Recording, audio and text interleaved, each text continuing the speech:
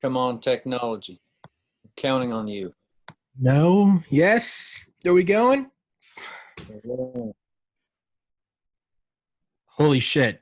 Take 3. Uh-huh. TPC 132. July 8th, 2020, 4:27 p.m. Eastern Time. Take fucking 3. God damn it. My buddy Phil.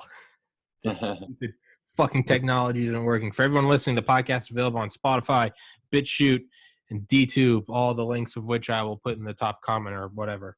It's my buddy Phil. Take fucking 3. Internet's dropping. Skynet's clearly sitting in on us. They heard our conversation about coronavirus and the UFOs, but we'll jump right back to it. UFOs are next. Yeah, maybe. What do you think? I think that would be maybe not next, but it'd be welcome at this point. Welcome. How much worse can it get? But, yeah, who says that it has to be bad? Right. Why do I mean, I saw one meme a while ago, and I mean, part of it was like a 14-year-old edgy meme, but part of it kind of made sense, and it was like, it's like we fear aliens, how aliens will treat us.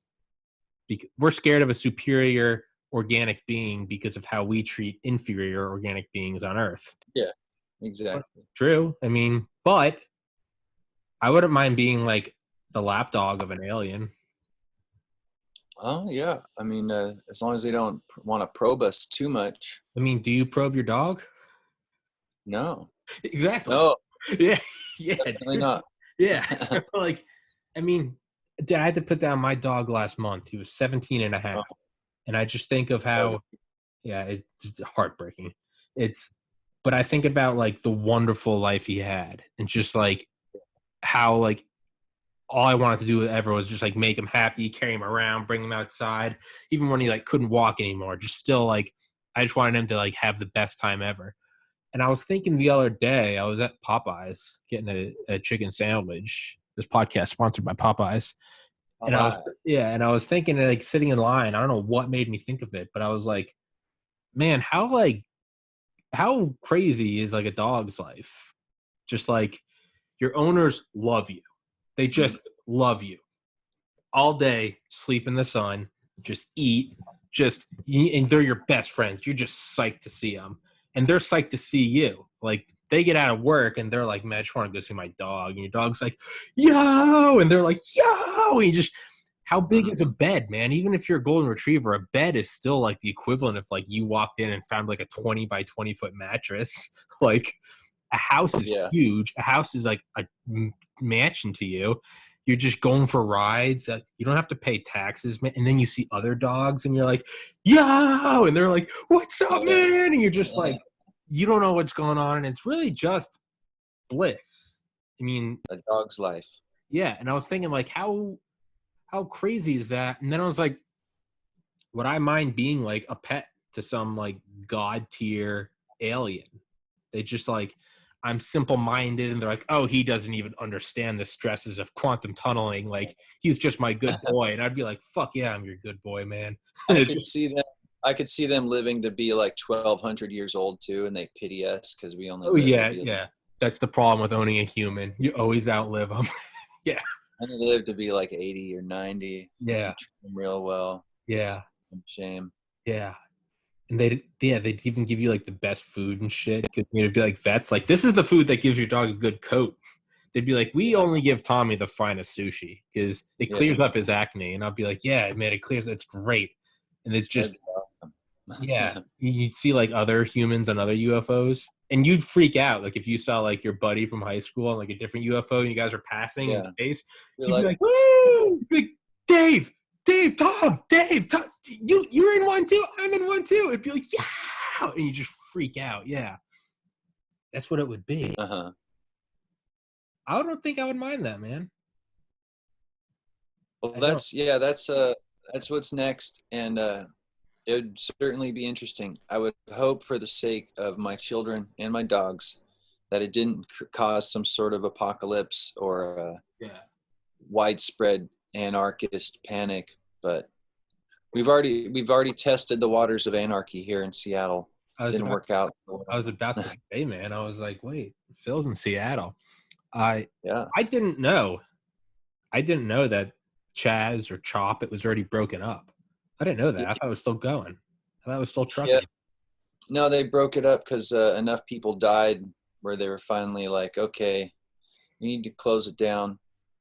And I think it was mostly gang violence, which I kind of thought was going to happen at the first place. I was like, well, if there's no cops in there, then like all the like gangs and stuff are going to go to that area to like do their drug deals, and then they're all going to be there, and then they're going to have their turf wars like right in this little tiny area that's like essentially the size of, I don't know, like 5 or 6 football fields if you Yeah. just put them all right next to each other. And that's what happened. And unfortunately some young people got killed, and then so they finally shut it down after that. But then, yeah, you might have heard about the pedestrians that were hit. I did not. The, I unplugged for like a week. I needed it. oh man, the big story right now is like, for one thing, I work a night shift, so I have to drive through downtown Seattle around 10 o'clock, and that was right about then. Is every night the CHOP people would do like a pilgrimage from the East Precinct, which they like the police abandoned and they took over that area. And they would do a march to the West Precinct to demand police defunding and police reform and so forth. And they would cross over the freeway I-5, which is like the main freeway from Canada to Mexico. It's like the main drag. Yeah. And they would close down the freeway. So like when I was going to work, I had to divert and like take this back road all the way up to work. And it was like a week ago, I think, just about a week ago, they had I-5 closed again, and there were some people on I-5, and a car like went around a barricade or went the wrong way up a ramp or something, and went screaming through there and hit 2 people. Oh, And fuck. one of them has died. Oh, shit. The other one, though seriously injured, I hear she's recovering, and she's made some posts on Facebook and so forth. And I don't agree with. I'm somewhere in the middle between like the extremes of the argument. Just But normal. You're just a normal yeah, person. just a normal person. Just a dude. And yeah, so so I didn't think that they should have been on I-5, but I certainly don't think that they should have been injured in any way either. No. So that's heartbreaking that a young woman lost her life. She was only 24 years old. Jesus. And this other woman that was injured, she's like 30, 32 or so. But something kind of spooky was the girl that passed away. Her name was Summer, and I can't remember her last name off the top of my head. But this other girl that got hit, her name is Diaz Love. So we got Summer and Love. Summer of Love. Yeah, and just earlier in the whole CHOP fiasco, before it turned violent, the mayor called it the Summer of Love. Ooh. So like the Summer of Love has been killed by violence, like quite literally. Like what is going on? We're in a simulation. Yeah, We're in a simulation, man. Confirmed. It is. Yeah. Confirmed. Yeah, I'm with you. Like, part of me, there's just like my, because my life isn't upside down, I have the luxury of just enjoying things status quo. So when I see shit pop up like Chaz, I'm like, fucking shit. Even though I went to California for a med school interview 7 years ago, but I've never even gone like west of Atlanta. I'm in Maryland now. So like, it's not even, but just, my general, I was just like, man, fuck those people. Like, shut it down. Just like bulldoze it. And then I was like, then I started thinking like, why not let them try? And I was like, what? Part of me was like, I hope they defund the police just so it like devolves into chaos. But then I was like, why would I wish that? Like, defund the police and like maybe something cool happens. Like, why do I have to be some pessimistic asshole? Like, so then I took that stance where I was like, see what happens. Like, right. Something great happens. Like maybe it's, man, all the best inventions, they all happen by accident. So I was like, oh, maybe we look back in 100 years and it's like, yes, the turning point. There's like BC, AD, and then it's like after Chop. And it's like, Yeah. yeah, that's when like peace just flourished from Earth and we entered a new age of utopia. Like, okay, cool. Maybe it just had to happen like that. So then I started taking that stance, and my naivety and my doe-eyed, like maybe this is love. But yeah, it seemed like some people got shot, and you're telling me hit by a car. Summer of Love was poetically killed.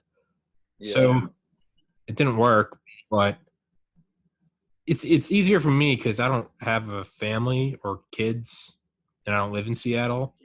Whereas you have all of those, so like I can look at it as like a sort of, it's like a distant. It has no more weight to me than like a new meme. It's like, oh, let's see what happens. It's like a Netflix show. Yeah, just let it go, let it run. But then, like, you're a real person. And honestly, that's a grain of sand in Seattle. It's a very small area.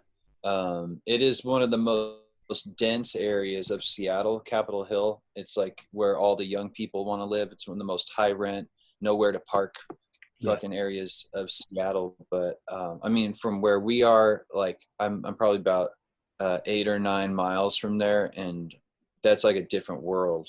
Really? I'm more or less in the suburbs of West Seattle. Yeah. And though Capitol Hill's not downtown, it's just downtown adjacent. It's just a short walk, like down the hill, basically into downtown. But yeah, that doesn't affect us much over here. But defunding the police, it would be nice to demilitarize the police. Sure. Yeah. So that they're not a hammer looking for a nail at all times. Yeah. Everyone just locked and loaded with massive armor resistant or mine resistant trucks that used to be Fallujah. Yeah, you don't really. That's sort of like the thing with the feller that was killed in Atlanta at that Wendy's, Ray Shard. I can't remember how to say his name. That was like after all the protests and the George Floyd and all that. There was a guy killed in an Atlanta Wendy's parking lot because he fell asleep in the drive-through. So they called the cops, and then the cops came and gave him like a sobriety test and talked to him for 20 minutes or so. And then when it was time to arrest him, he tried to make a run for it. Then there was a scuffle, and he was tased, I think, but then he grabbed the taser, which, mind you, had already been disarmed because it was already fired twice. But because he had the taser and he started to book it, one of the cops mowed him down. He took out his gun, mowed him down. And it sparked the debate up all over again. I think they torched that Wendy's, and broiled it. Yeah, but it's just like the cops, they don't have. It goes like straight from like, well, we're out of options. It goes from 0 to 100. Like 0 didn't work.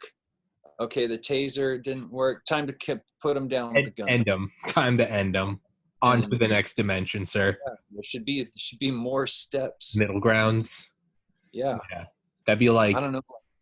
That'd be like Zoom shutting down just now, and like we couldn't get it going. And it's instead of like, hey man, you want to try Skype? It'd be like, fuck it, slam the computer shut, torch the house. The podcast is over. Like, no, yeah. Car doesn't work. It's not. Fuck it, burn it down. It's like, have you tried jumping it? Oh, okay, you jumped it. Okay, now you still have a working car. Instead, it's just like, all right, sir, please don't run away. You're running away. All right, man, say goodbye. Like, yeah. I'm also someone that I've never had to be a law enforcement officer. And this is, I mean, clearly, this is just my bullshit opinion. I'm 29, have no idea what I'm talking about, but I'm going to anyway because this is my platform that I can be an asshole on. And I can kind of see where, like, right. Yeah, I can kind of see where, like, if you're in that spot as a cop, I could kind of see it as, like, you're not really trying to be this, like, idyllic, like, don't de-escalate. You're just like, I got kids, I got a wife, and if shit happens at work, it's me or him, and I'm going home.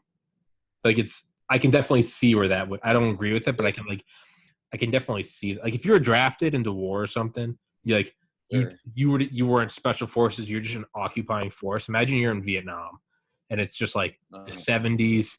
You got a wife back home and kids. You see anything moving, you're just gonna mow it down or torch it. Like yeah. you don't want to kill in like civilians. Like that's not. I'm sure there are some psychopaths that did. You don't want to. You're probably just like I'm going home to my wife and kids. Yeah. I'm gonna You don't shoot want to the die yeah. either. I'm gonna You shoot want the to, next 10 things that move yeah. because You one of want to them might not be a soldier. die. Yeah, You want to not die more than you don't want to kill. yeah. It's true. It's I mean it's like it's like kids in like Afghanistan where like the Taliban would just go knocking on doors and it'd be like literally like you're old enough, like your balls are dropped, like here's an AK, you're joining the militia. You said no, all right, put him against the wall, blow his brains out. Next brother, you're joining the militia. Like Yeah. okay, like, and then we look at it as like, you're in the Taliban. You're like, dude, I didn't have a choice, man.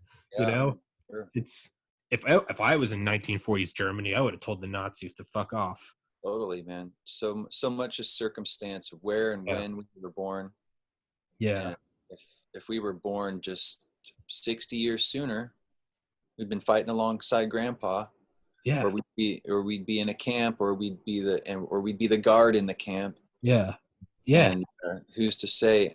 I'd like to believe that I would be so righteous that I wouldn't do it, and I'd be like Sophie Scholl, and I'd go out swinging with my boots on, but can't say that for sure. Never been in that situation.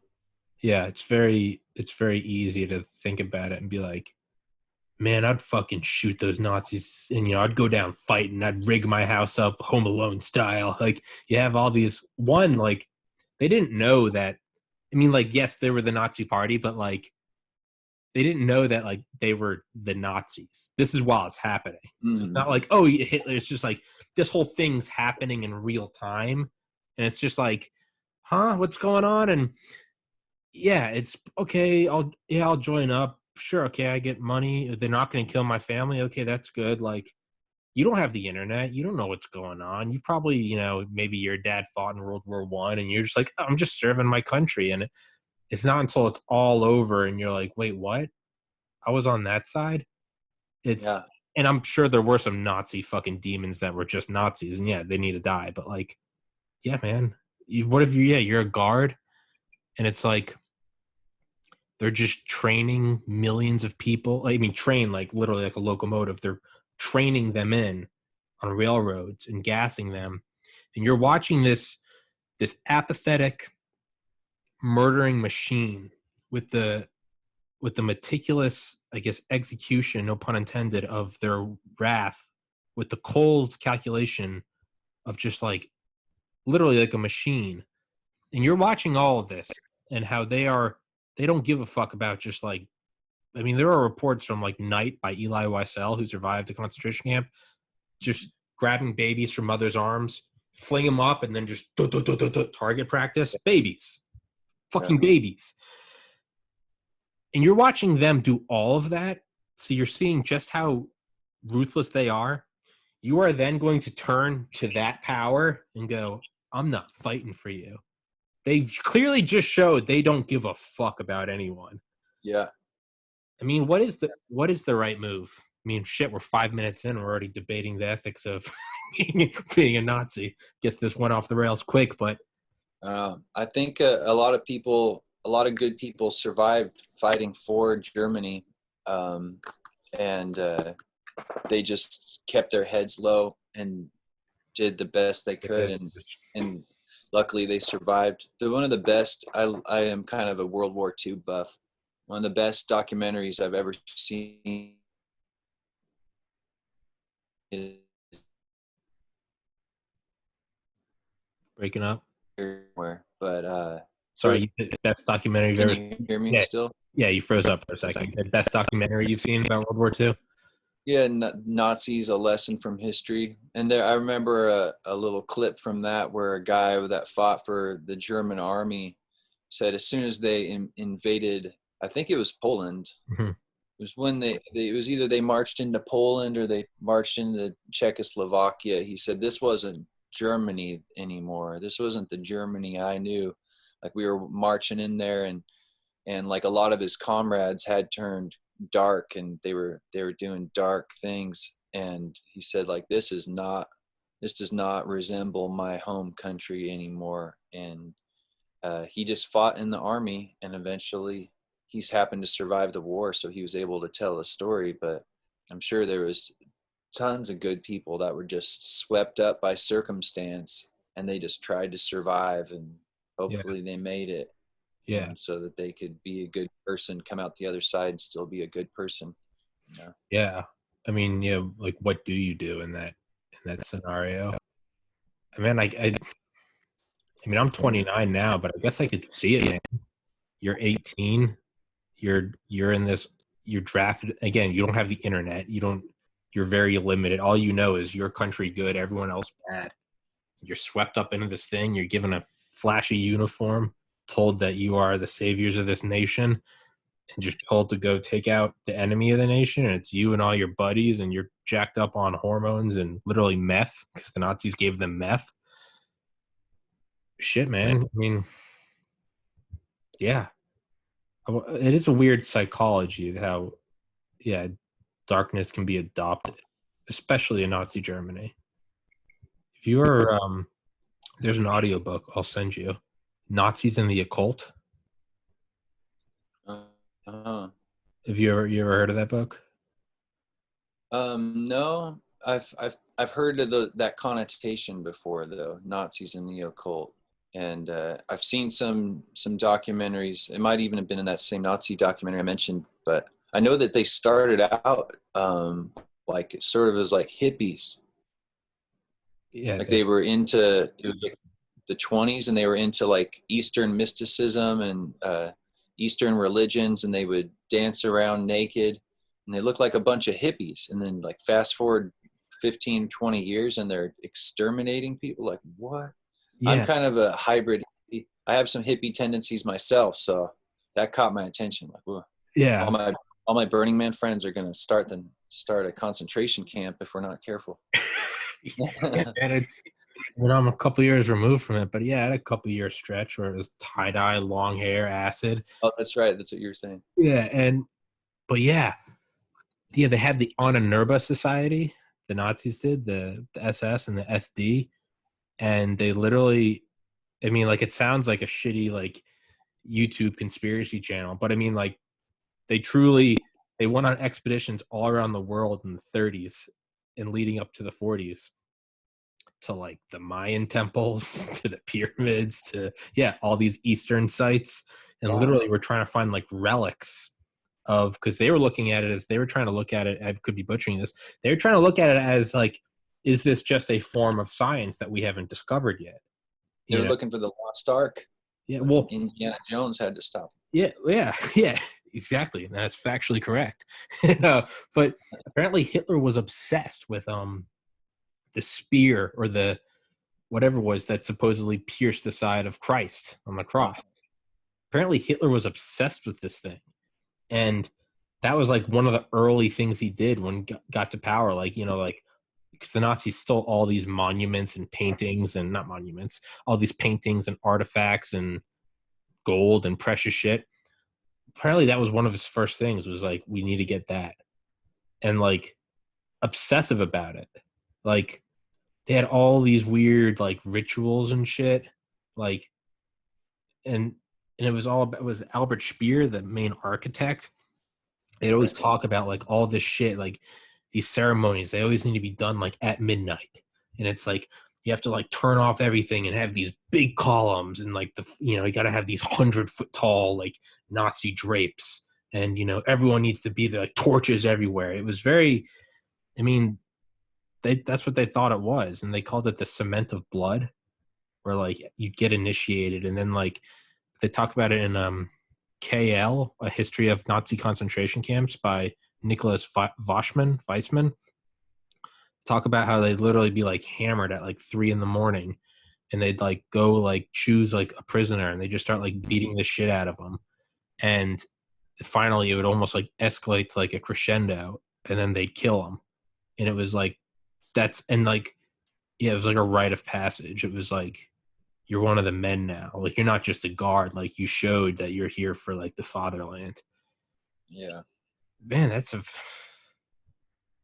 some dark shit. It's crazy dark, man. I like to sometimes think like this house that we live in here is a 1905 house. Oh, yeah.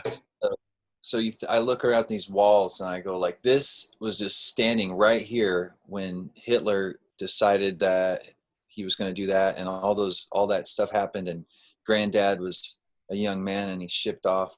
Like this house was all standing right here. Right here, yeah. And like so those people technically could have like walked through this door here and stated like what they were about to go do and went off and did it. It makes it seem more tangible and reachable and not some like far off black and white reality. Yeah.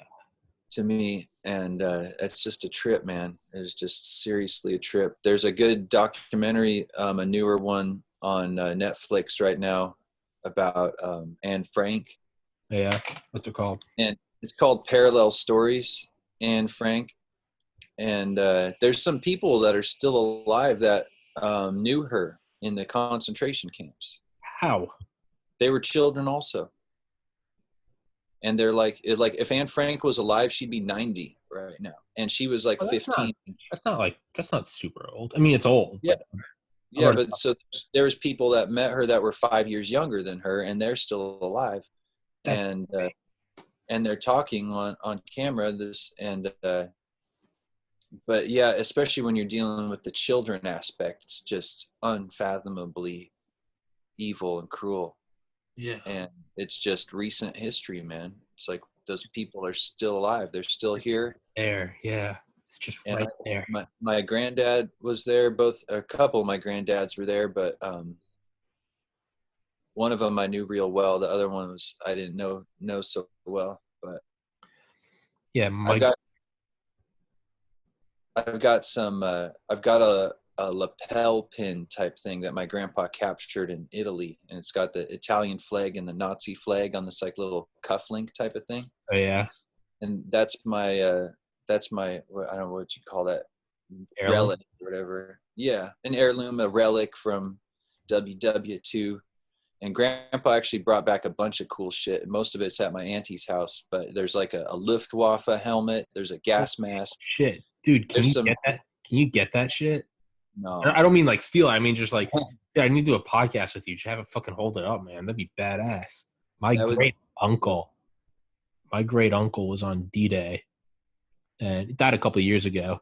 But yeah, he was on Omaha Beach. He was 18 years old. Rest in peace, great Uncle Rich. Then went and worked for the FBI for 50 years. I mean, goddamn, fucking American.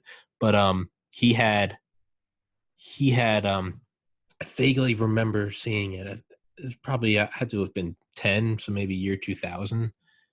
I remember going to his house and him showing us shit, but I remember one of it was a dagger with the swastika emblazoned on it, and he had some other shit that he literally took off the bodies of the Nazis he killed on D-Day. I mean, it's just like I've got pictures. I've got pictures of my grandpa's stuff, and I actually posted them on Reddit like maybe 5 years ago, and I didn't think it would garner any attention, but it got like 4,000 upvotes or something. And people were all over it. I called it creepy Nazi shit too, and people came at me for being judgmental about the creepy Nazis.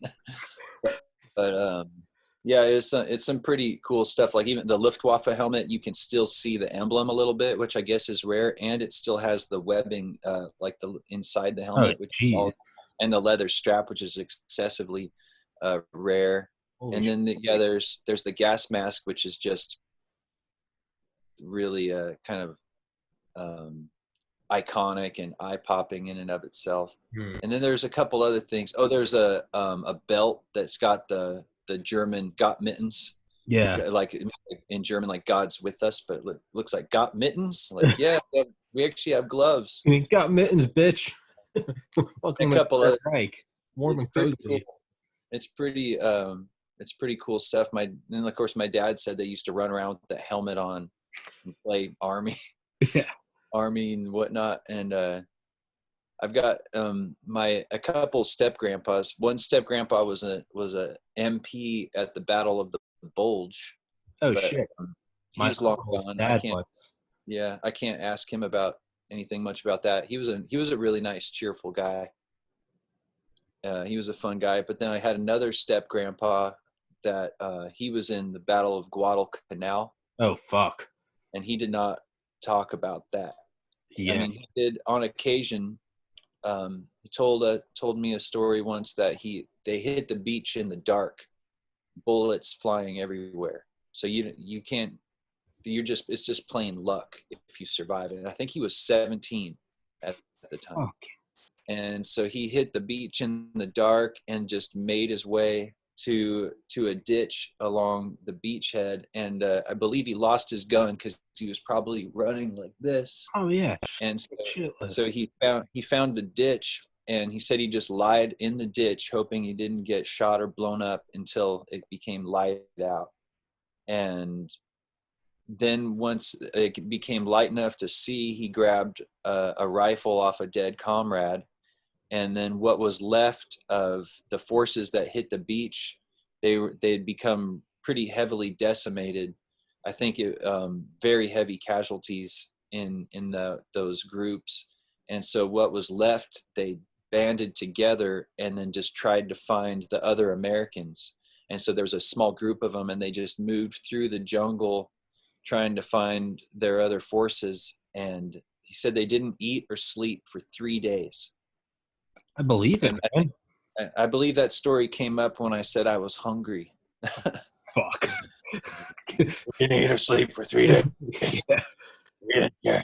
Yeah, dude. I mean, like, I get why like a lot of people don't like him. I personally don't give a fuck. Bill O'Reilly. That being said, he has a fantastic ghostwriter. This has nothing to do with him. It's just whenever I say the book's by Bill O'Reilly, people are like, "Oh, yeah, fuck him." I don't care. It's just, but his book, Killing the Rising Sun, it's entirely written by his ghostwriter. So just don't look at it as Bill O'Reilly. But it's the only way I can refer to the book. So Killing the Rising Sun by Bill O'Reilly. Dude, that is a book about like, it's the war in the Pacific, and it kind of like narrates as well as like the Manhattan Project. But I'm listening to it again right now. And yeah, just like, dude, the shit they talk about on Peleliu, Iwo Jima. Yeah, Leyte, yeah. Dude, it's holy shit. Yeah, they just talk like because the beaches were like hard and like coral, like you couldn't even dig. So it wasn't even like you can dig and get down. It was literally just like open the doors, go. Yeah. And Dark, man. just getting mowed down and just Dark. yeah. And Jesus Christ, yeah. And it's there's something about the Pacific that just maybe it's because I'm white and I hate sunburns, and I guess I kind of like I hate the ocean, I hate sand, I hate salt water.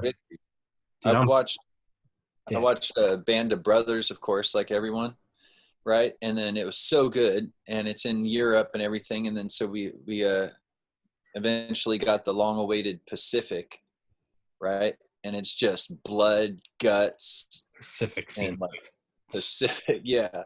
Dude, Pacific was so straight blood and guts. There's no French girls. There was no like buildings to hide behind. It was just fucking torturous, hot conditions, and blood and guts and absolute abject human misery. Dude, I would not to like downplay like the European theater, but I would have taken that 10 out of 10 times over the Pacific. Oh, yeah. That. I think my aforementioned grandpa had it fairly lucky in a way, even though he got Purple Heart, he got shrapnel a couple times. And I think until he had his knee replaced, he lived with shrapnel in his knee. But he fought in Africa, Northern Africa, and then in Italy. Then hence he got the little Italy thing. And but he was part of like a construction contingent. I forget what they call that, but like their job was to like go in and clear roads or build a bridge or so forth. And actually, an interesting thing, I posted a picture of him in Italy on Reddit once, and people that are smarter than I am were able to tell me more about the picture based on like the truck that was in the background and the license plate on the truck, and like what that was registered to a certain contingent, and so that could tell us like what he was there to do.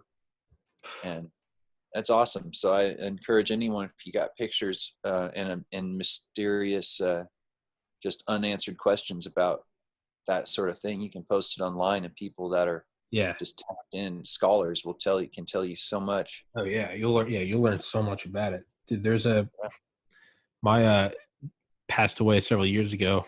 My Uncle Tim was drafted into Vietnam, and I was gonna say my uncle's dad,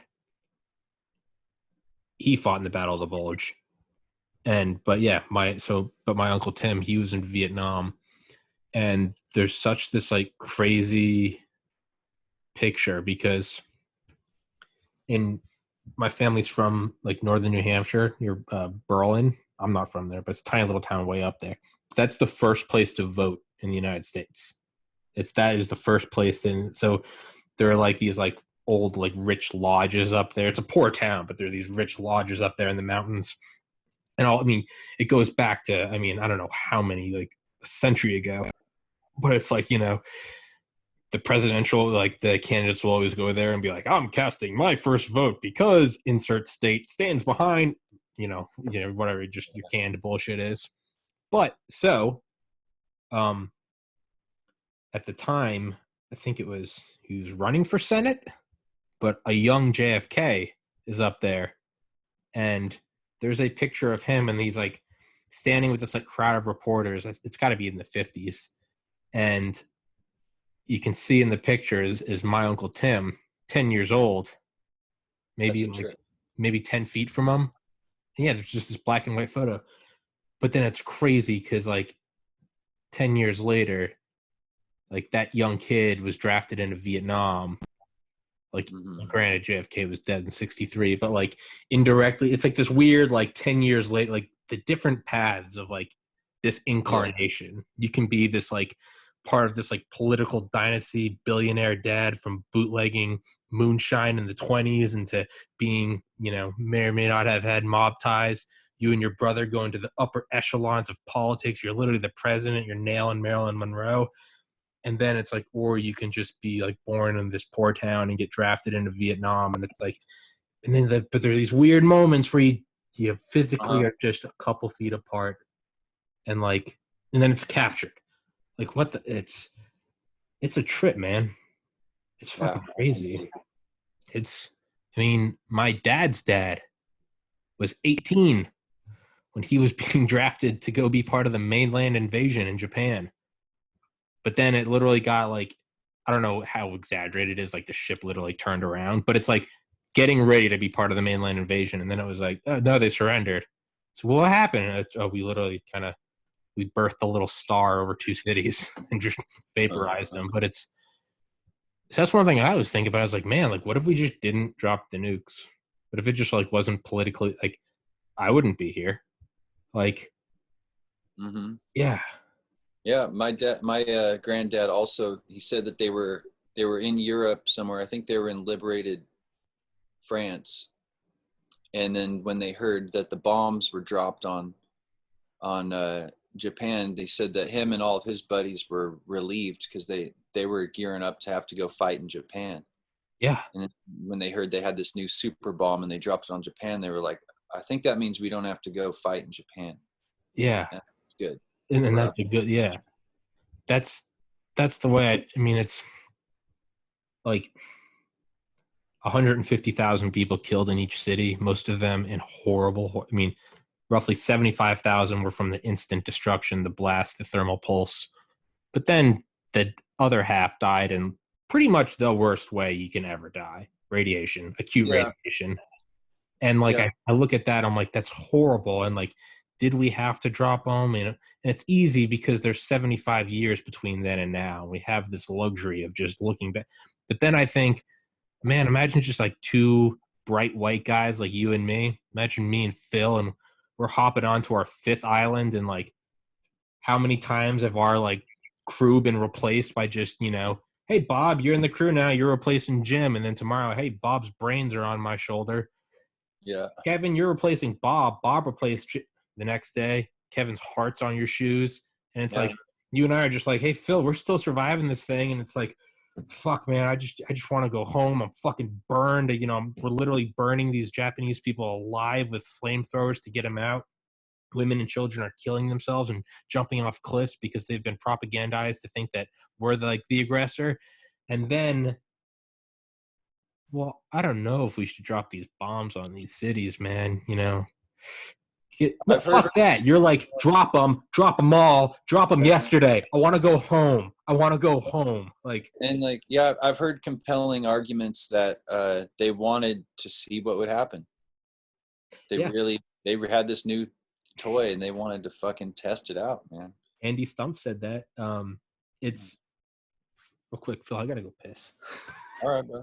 I don't want to edit this out, so can you just fill the gap for like 30 seconds? Just talk, just gibberish. Boom, boom, boom.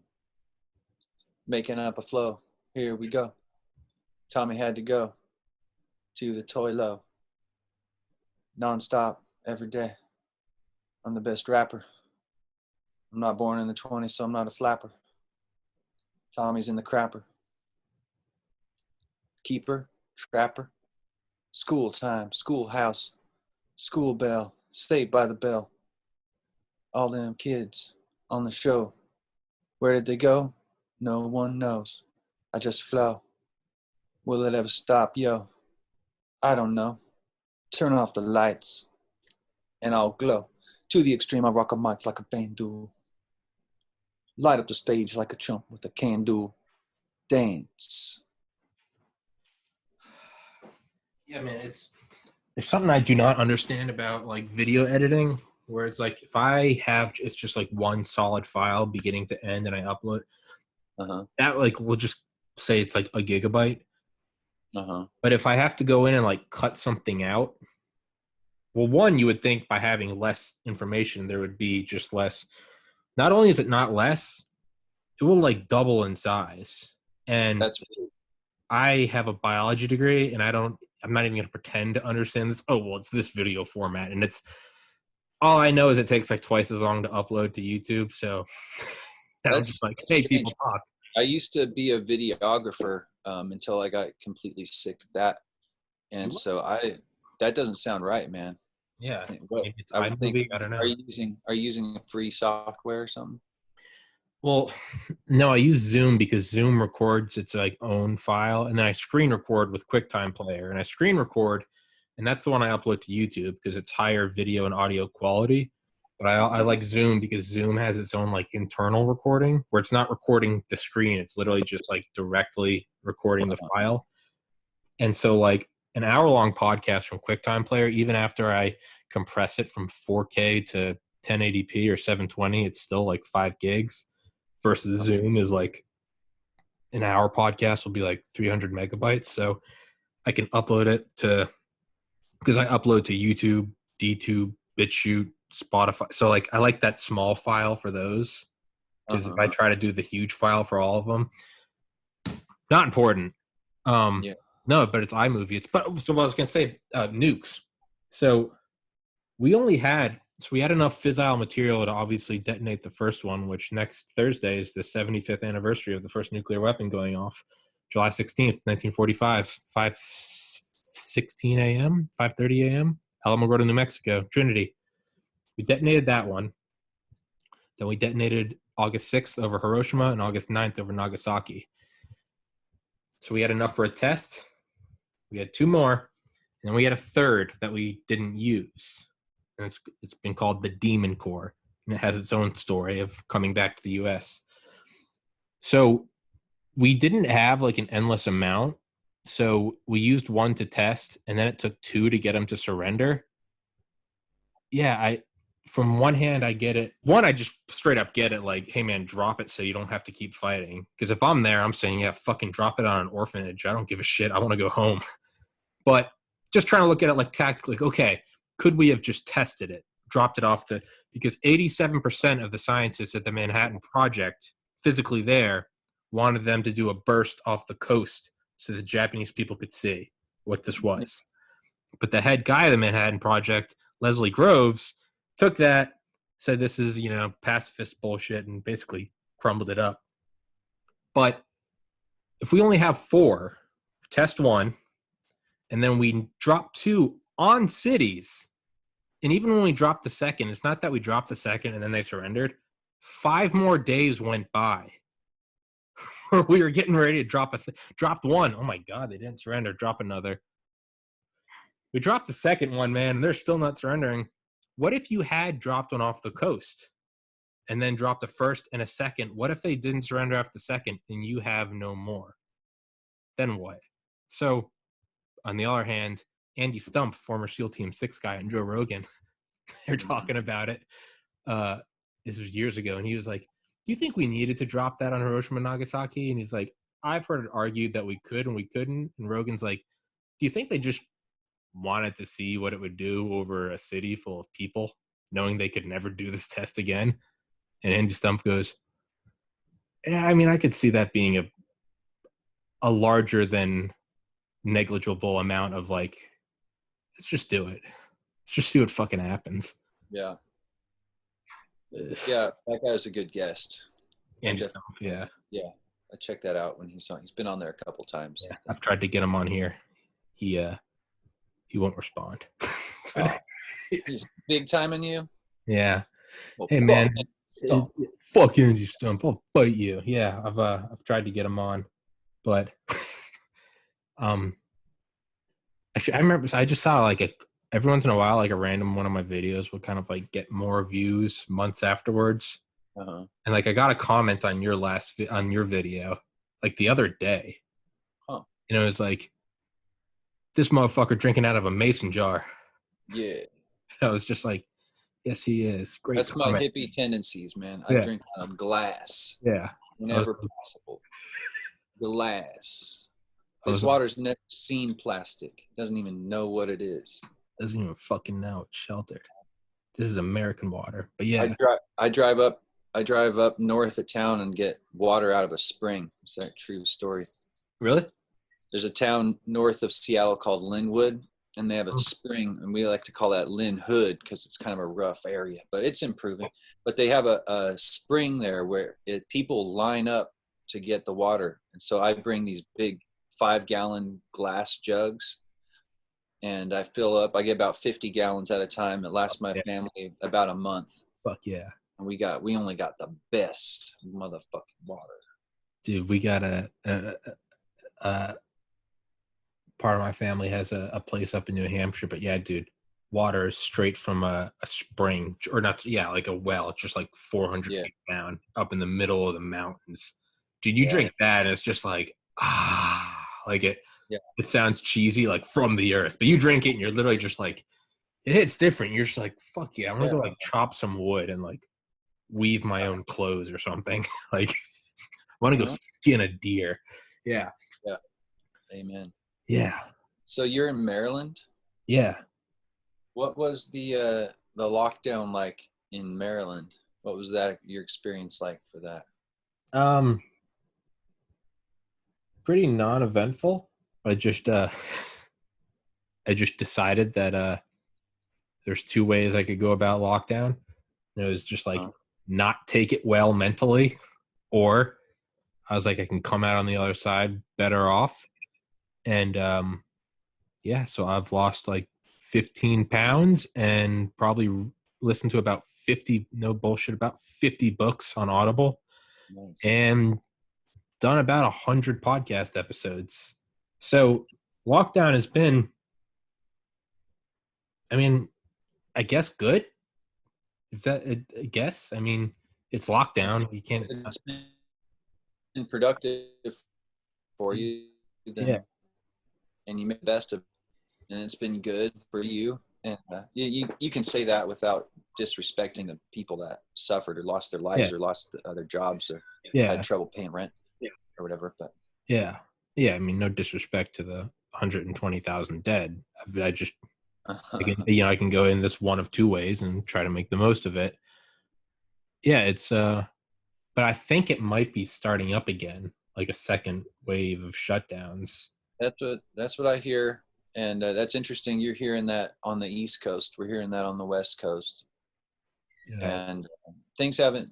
For me, they didn't change much. I kept working the whole time because I have a government job. Fuck yeah. And we are being like partially furloughed right now. Like they're shaving our hours a little bit, but it's not too big. And I have overtime too, so it's just kind of evening out. But my wife is a massage therapist, and they've been shut down pretty much indefinitely. And now they're starting back up again, but she doesn't even want to go back because she'd have to work in like a mask and like a surgeon's gown and gloves, and she's just like, fuck that. She doesn't want to do that. And we're lucky enough to where like we can hack it on my salary. Mm-hmm. And but yeah, the kids were out of school, and we just made the best of it, and we'll continue to make the best of it no matter what happens, and hopefully shit doesn't hit the fan too hard. Yeah, I mean, we're not at war in the Pacific. Like, yeah, we can make the most of it. Yes. It's, we can make it through this. If our society survived the trauma of that, I think we can make it through this, and we can make it through the police brutality issue as well. yeah. Where do you think that's all going? I really did unplug for like a week. I didn't even really realize it until the last couple guests I've had on. I realized I'm not up to date on anything. I kind of just every once in a while you need that. Just give your brain a little rest. Just totally a little massage. Just like, and every time you come back, there's always like, oh man, you didn't hear the fucking world's burning down. And you're like, well, I looked out my window and neighborhoods seem to be peaceful, but yeah, that's what I realized. I was like getting so like almost wound up on your phone at night, and I realized I'd be like, what the fuck are we, I'm laying there sideways, just my fat face pressed up against the pillow. I'm like, we can't defend the police. What are you doing? We can't be doing that. Stock market's great. I can't believe Joe Biden. I can't believe Donald Trump. The world's fucked. It's the end of the, and I'm like, we're all fucked. We're all stupid. And then I like, every once in a while, like I'd accidentally like drop my phone, and I like couldn't find it. And in that like 10 seconds of it being gone, like you just hear like the bugs at night, like, like you look out the window and it's just like a star twinkling, like the leaves are, and you're like, hey, is that anything really bad at all? You're in bed, air conditioners just humming along. Well, I suppose it's a little of both, and you can appreciate both, because like I'm sure like when the Nazis were down the road, it might have seemed pretty peaceful right before they showed up, and didn't have done those people any good to be like everything's fine. Yeah. But at the same time, appreciate the moment, because like if Nazis are coming and there's nowhere to run, and then now is all we have, might as well appreciate that until they show up and we have to fight to the death.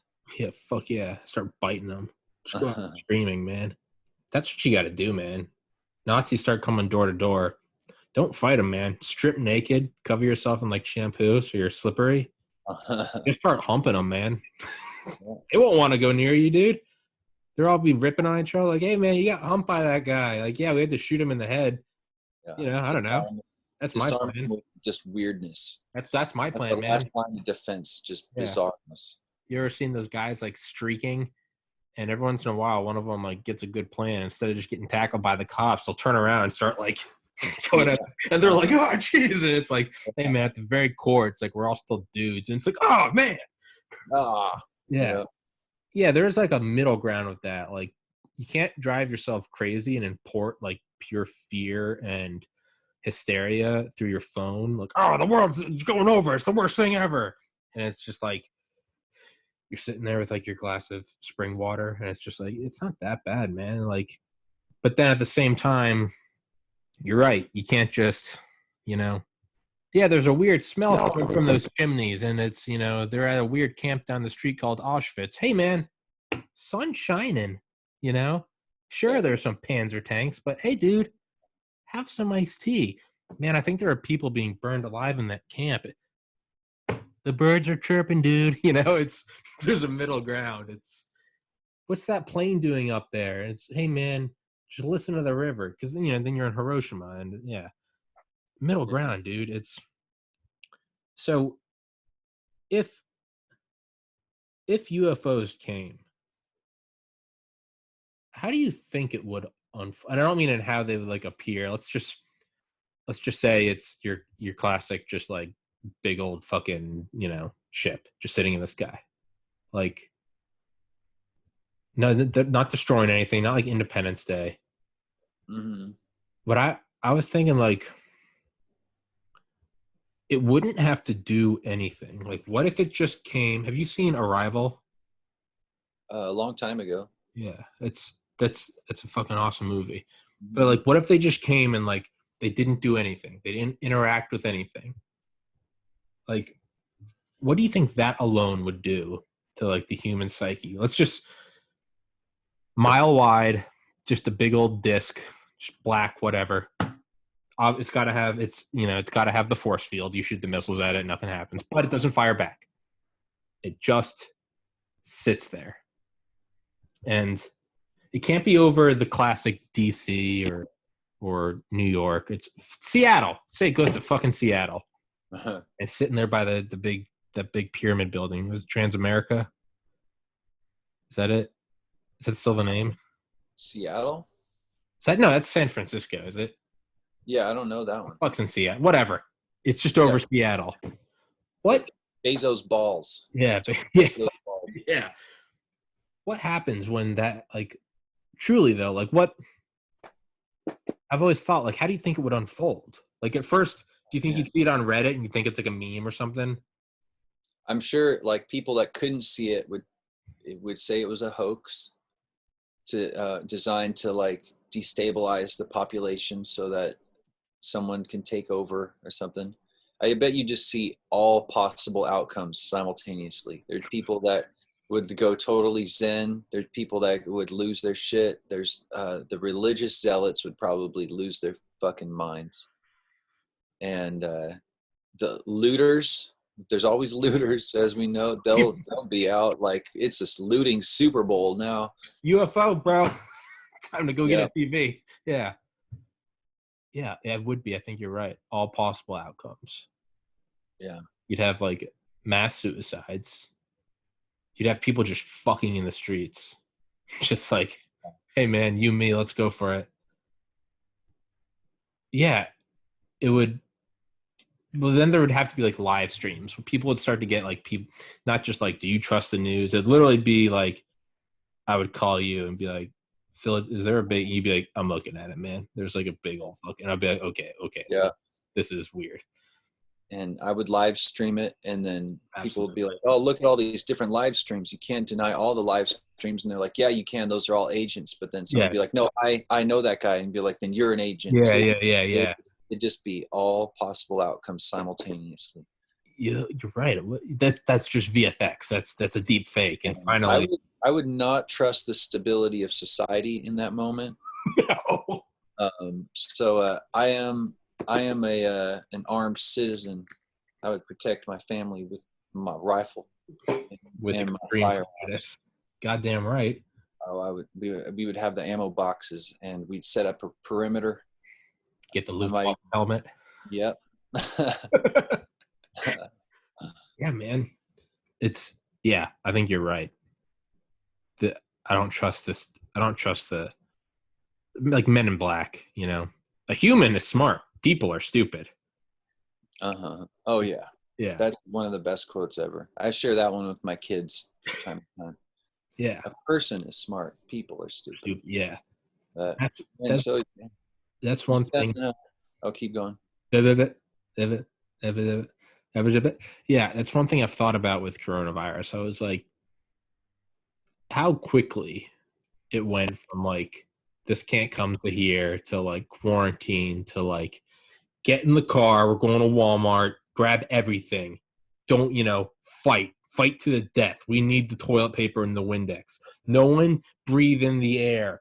Fucking go home. Shut the doors. Fill the bathtub with water. It's over. And that happened really quick. Yeah, And it fucking kind of hell. simmered. But that's one thing I thought was like, okay, I just saw firsthand. This was my little experience. That pretty much cemented in my mind, like, once I can turn this podcast into like revenue, I was like, I am going way out in the sticks. Like, Yeah. that's what these last couple months, really the first like week of quarantine, that's what cemented in my mind. I was like, everyone went crazy. Yeah, it's Really crazy how fast it happened. And like as we were saying in one of our first attempts at recording this podcast was uh, just with the arrogance of us at the beginning, but it wasn't unfounded because we've heard these things before that like, oh, fucking bird flu, swine flu, it's gonna Ola, fuck you. Tika. Yeah, oh, it's gonna fucking rot, melt your insides, and then it comes and goes, and we're like, once again, we're like, see these fucking guys, and then so it started up again. I remember going to a Mexican restaurant with family, and my stepmom was saying like, hey, what do you guys think about this? I think it was still January, might have been February. They're like, what do you think, what's going on? And myself and my older brother, who's probably the smartest guy I know, was like, and I was like, totally, it's like, we've heard this before. It's like part of the news cycle. Like every year and a half to 2 years, there's some virus we got to be scared shitless of. But then it picked up steam, and before you knew it, we were fucking locking down, and schools were closing, and basketball season was canceled. That was one of the first ones for March me. Madness. When NBA was like, the season is on hold indefinitely. It was like, excuse me. Yeah, when I Excuse heard me, March Madness was canceled, that's when I was like, yeah, unprecedented. That was one of those unprecedented things. That's when it got Oh a little shit, weird. And this is an unprecedented. and And I I think did get super sick, and I got tested for the flu. I actually went to the hospital because I was so sick in February. We went to Texas and came back, and I don't think I had the virus because I don't know. I was never like super short of breath. Like I was really sick. Like, and when I went to the hospital, they tested me for the flu, and I actually had two flus. Said I had influenza A and influenza B. And I was like, well, that makes sense.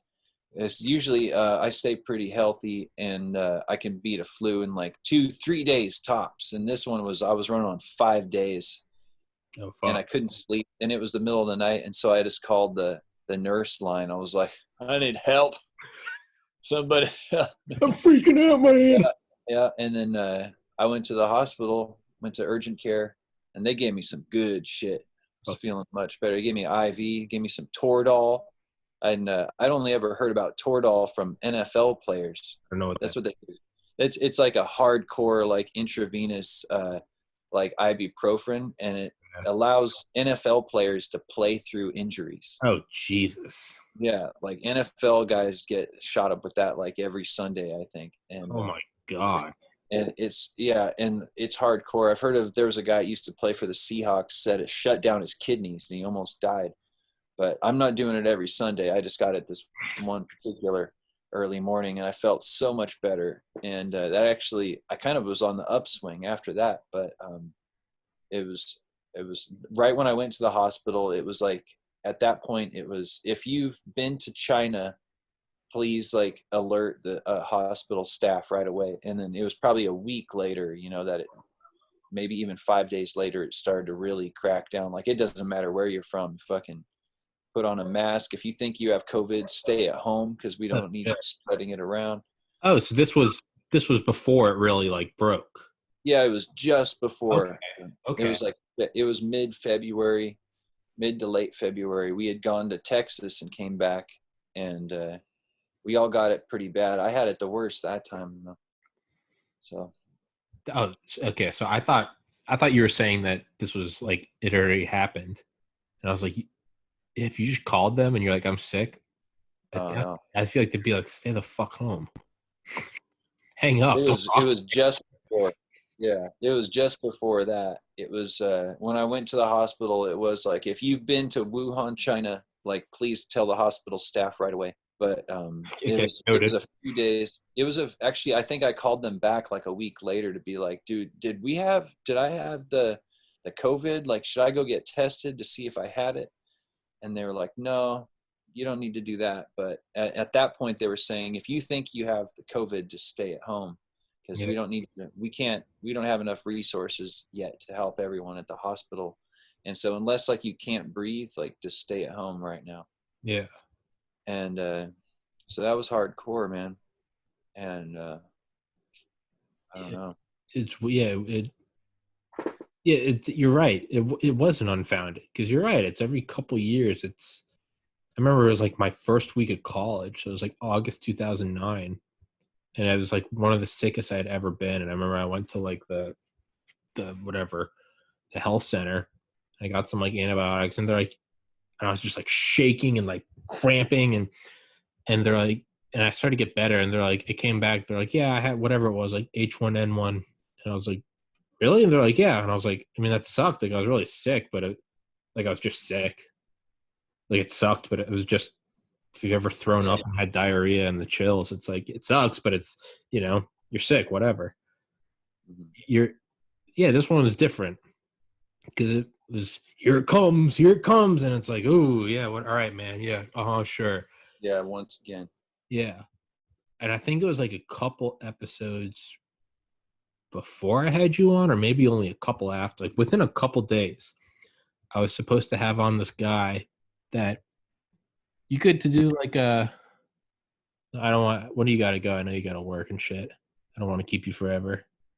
Oh, in 10 minutes or so. All right, cool. You go to doing 12 minutes. Sure. Hell yeah. Yeah. I'm the great debater, or the great deal maker. I got 12 minutes out of him. Yeah, 5:45 my time.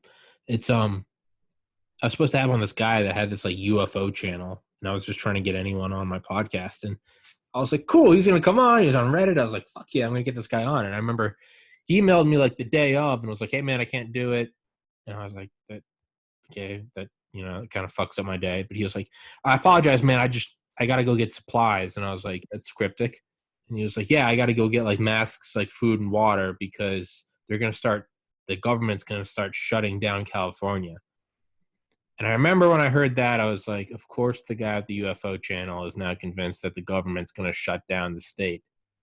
Because that, at the time, how many times have we heard that? Every president for the last 5 presidents, they're going to declare martial law, FEMA Yep. camps, National Guard, and it never comes. And so here's the UFO guy. I'm like, of course, this guy needs all this shit because, yep, the black helicopters are coming.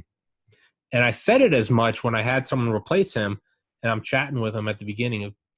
And I'm like, hey, yeah, man, I just had a guy and I just told him this, what I just told you. And he was like, what? And yeah, man, eat a big old slice of humble pie because that is exactly what happened. He's never responded to me since, but shout out UFO guy. You saw the writing on the wall. I apologize. I would love to be in your militia when it all goes to hell. But yeah, man, it's weird because this one actually did sweep the world, and Olympics, March Madness, everything just shut down. Yeah. It, Crazy. yeah, it's what is can do you think this opens the door? What do you think this what do you how do you think this is going to affect the next scary virus? Do we double down and just go fuck you? I'm not doing this again, or do we freak out early and just like let's catch it early, let's shut down the world? Well, I don't know, but I think we're going to have maybe a dress rehearsal here. If they shut it down again, yeah, I think we'll see a lot more people, especially since it's summer here in the northern hemisphere. That a lot of people will just be like, "Nah, Fuck off. fuck that." Like, and then other people will be in the middle, and like they'll be like, "We're going camping, but we're going to stay 6 feet apart, and we're going to have a big bucket of hand sanitizer. We just dip our arms into. But we'll see what happens with round 2 of the shutdown here, man, because it also the economic thing and is a big thing. Like an economic downturn also means people die, Yeah. as we know, and there's also the just the I kind of lost my train of thought there for a second, and I'm still trying to get it back. Fear mongering. Do we shut it down? Do we double down, or do we say fuck off? Middle Yeah, ground. Do you think people that are going to go really far in and be like, we're shutting it down now? I'm hiding in my basement. I don't know, man. I guess we'll see what happens. It's going to be interesting here, because I've heard that certain areas are have a big uh, surge of cases. Like some of the places around here in Washington got a bunch of cases where they had like one in the first round. Now they had like 15 in a day or something, like small towns in eastern Washington, which is kind of like the more arid farmland areas of Washington. And like a lot of people don't know, Washington's like 2/3 sage country and desert. Like the only Western Washington is evergreen. Once you I go about, assumed it was all Seattle. Yeah, in my mind, I just have this image of oh it's yeah, just you go an hour east and you're past the mountain. Once you're past the pass, you're into sage country. God's country. Yeah, it's a red state once you Yeah. get east of the mountains, man. Yeah. Dude, I remember when I lived in Maine, my junior year of high school, coming from Atlanta. I Uh-huh. remember they were all like, so we moved to like Portland, Maine, which is a tiny little place compared to fucking Atlanta. And they're like, "Are these the first skyscrapers you've seen?" And I was like, "What?" And they're like, "You're from Atlanta, right?" They're like, "Georgia." It's all just like farms and shit. And I was like, "What image do you have of Georgia?" That's Just pretty like, ignorant. do you think I'm just Atlanta. coming up with like my banjo? Like, I got blisters on these fingers, boy. Ding, ding, ding, ding, ding, ding. And I remember they asked me, they're like, because this was like 2000s, like like Usher, Lil Jon, Ludacris. They're like, "Do you see Usher?" And I'm like, "Yeah, all 50 million of us just fucking." Yeah, I was just like, "Yeah, you fucking dipshits." that's But I guess hilarious. that's my image of. I was just like, "Yeah." I was like, "What?" Yeah, I was like, Washington. It's all just Seattle, where apparently I superimposed the San Francisco skyline, and that's all. I assume it's that, and yeah, I just assume it's like rainy and forests. That's basically Oregon and Washington both have this. They're almost mirrored states in a way where it's like if you combine them together, like there's Oregon, there's Washington, and then like over on the coast, it's all green and like liberals, and then but the majority of the eastern side of the states is all like farmland, Yeah, and God's country and arid sage country, uh, farmland, and that's where actually a lot of my family's from. Good people. yeah, I man. Yeah. Those rural places, dude. I love it. I mean, I like the conveniences of cities, but goddamn, man, yeah, I know I'm totally torn, man. I love the yeah, city and all the culture and the modernization, yeah, but good coffee and the ocean. I would feel kind of lost if I wasn't near the ocean in a way, but I also love getting the fuck out of here. yeah. And there's some good coastal towns where you could get both, Ooh, especially like the peninsula is mostly sparsely populated here in Washington because like we're on the Puget Sound, which is an inlet from the mhm. ocean, and that all along Puget Sound is pretty well populated. But if you go out onto the Olympic Peninsula, it's pretty sparsely populated. It's just trees and mountains as far as you can see. It actually takes forever to drive around it because there's no easy way to just plow like a freeway right through it. Yeah, So if you drive around the peninsula, I mean, to circumnavigate the whole thing, it takes like 12 hours or something. yeah, Yeah, yeah, just little coastal roads the whole way. And yeah. we're gonna go out there and stay at an Airbnb at the end of the month here. Hell yeah, Yeah. yeah. Isn't it just like the ultimate wilderness there? Like, it's like if you like, I think there was like a plane crash years ago, and like some girl survived, and she somehow survived like 20 days. But they're like, dude, if you're out there, like you might as well be in the middle of like the Sahara. Like it is like dense as fuck. Like you are, not that I Yeah. know, but yeah, man, it's There's big swaths of forest around, within driving distance of here that are pretty damn epic. I like to go mushroom hunting, and when you go really deep is around here is morels. Like you can stay in town and look for chanterelles, but when you go looking for morels, it's not as much foraging as it is hunting. You have to keep in mind like altitudes and topography, and whether or not it's accessible by car, and if there's a like a 4-wheel drive road, like a track or trail that'll get you close enough to where you can hike in, and then you're thinking about which north facing slope, and then you're looking for a place that was burned, like a forest fire like the year before. And so it's serious. You got to get, like, first of all, you pull up the maps. If I was going to go mushroom hunting this year, I haven't gone for a couple of years, but I would pull up all the burns from last year and the year before and see where they are, see if they're on public land, see if they're accessible by road, see if there's any water there. And then once you have all like possible spots you can go, then I start hounding the internet forums to see where people are finding morels. And then it's all recon, man. And That's you really awesome. and then once you get out there, you got to be really careful not to get lost, because you're deep. You're deep, and you go off trail. If there's even is a trail, you're going off of it. And so I usually use like a GPS app on my phone, to where even if I don't have cell reception, it'll still show me like a track of where I've been, so I can find my way back to where I started. And Dude, that's intense. it's Sasquatch country out here, man. I love it. Hey, yeah, I see some Sasquatch. I know we only got a minute left, but so what is it, like psychedelic mushrooms, or is it just like gourmet or These something? are gourmet mushrooms. I do Okay. enjoy psychedelic mushrooms as well.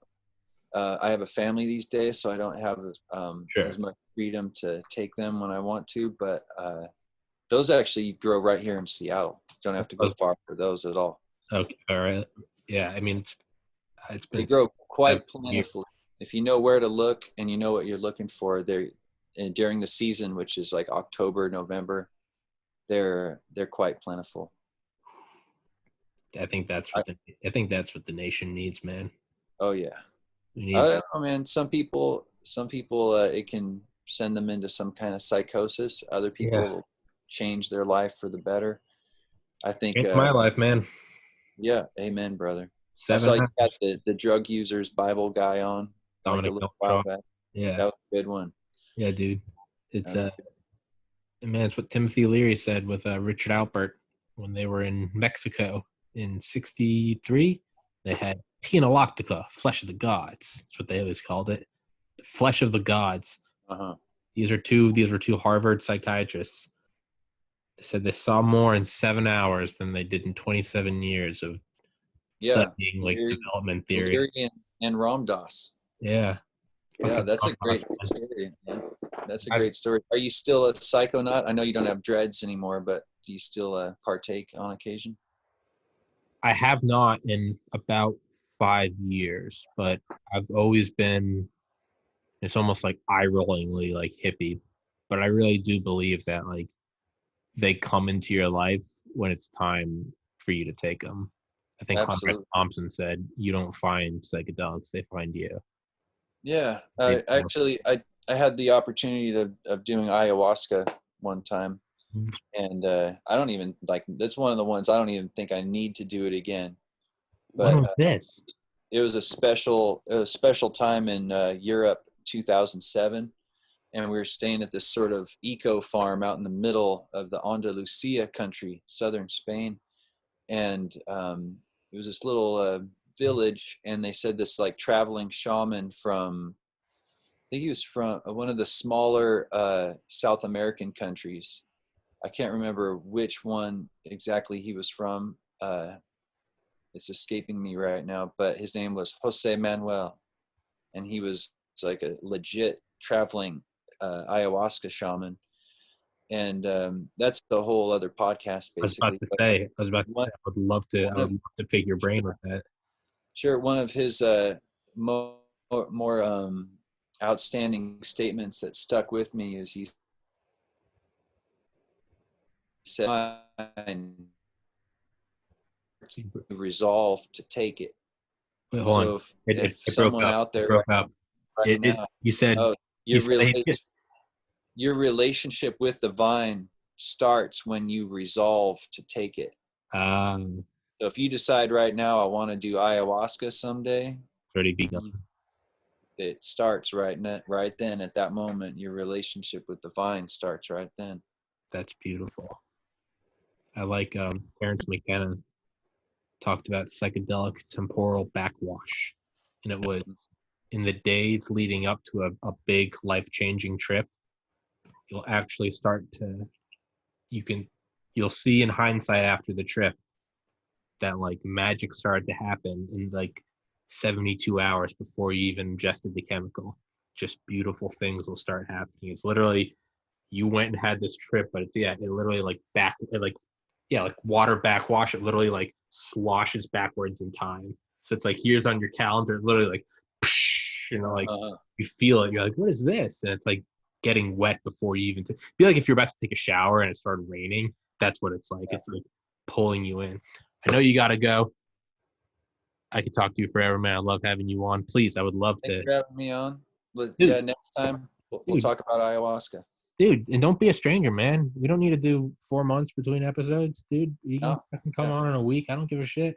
Sure. Let's put it in the calendar. Please do. I'll text you immediately after this, man. You tell me the day and let's do it. I'd love to hear. I would love to pick your mind about ayahuasca. All right, man. I would like to say congratulations on 100 episodes and thank you. Continual growth. Thank you. And more views each time. Fuck yeah, man. I appreciate that. It's hopefully it goes places. I like it, man. It's the podcast is in itself a fucking psychedelic trip. Follow the vision, my friend. Yeah, man. Fuck yeah. Thank you for doing this. Stay safe. COVID, UFOs, riots, summer of love. Yeah. Hopefully next time we won't have any bad updates. If the UFOs come, take Bill and I, take care of his family. We will be your lap dogs. Just take us up there, shoot us through the fucking universe. I, for one, welcome our new overlords. Dude, I'll Rick and Morty this shit, man. I'm down for it, dude. Fuck it. Let's roll. Thank you, Phil. Till next time, brother. You. Peace, Till next time. Peace.